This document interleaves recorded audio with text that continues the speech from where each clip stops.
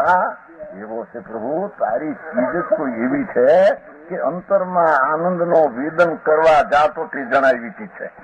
બાકી બહારના કોઈ ઉપાય એ ચીજ જણાય ને જાણીને તું કોઈને કહી શક કે આવી ચીજ છે એવી એ ઉપમા લાગતી છે.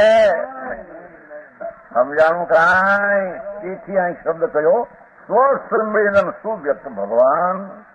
તારું સ્વરૂપ પ્રભુ એવું છે પ્રમાણ સિદ્ધ છે. હો તું ગપ મારીશ નહીં કે નાના એમ જણાવીને એ કઈ ખબર પડે નહીં, એ કોઈને જાણ્યું એમ રવા દેજે એમ કે છે. ધર્મી જીવો એ અંતરાત્માને રાગની ક્રિયાના પરિણામથી દેહની જડથી જુદો એને જાણ્યો છે.